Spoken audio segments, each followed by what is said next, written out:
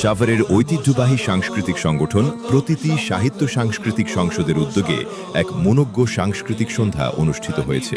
অনুষ্ঠানে প্রধান অতিথি হিসেবে উপস্থিত ছিলেন সমন্বিত সাংস্কৃতিক সংসদ সসাস এর সম্মানিত অফিস সম্পাদক হাদিউজ্জামান বুলবুল। প্রধান আকর্ষণ হিসেবে অংশ নেন জনপ্রিয় সাংস্কৃতিক ব্যক্তিত্ব শফিক আদনান ও মনিরুল ইসলাম, যাদের পরিবেশনা দর্শকদের মুগ্ধ করে।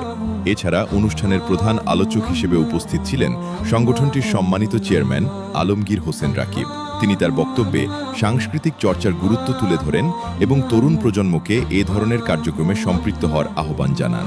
প্রতীতি সাহিত্য সাংস্কৃতিক সংসদের সম্মানিত পরিচালক আমিনুর রহমানের সঞ্চালনায় এবং অন্যান্য দায়িত্বশীলদের সার্বিক সহযোগিতায় অনুষ্ঠানটি সফলভাবে সম্পন্ন হয়। এ ধরনের আরও সাংস্কৃতিক খবর ও আপডেট পেতে আমাদের পেজটি ফলো করুন এবং আপনার এলাকার সাংস্কৃতিক কার্যক্রমের খবর আমাদের কাছে পাঠান।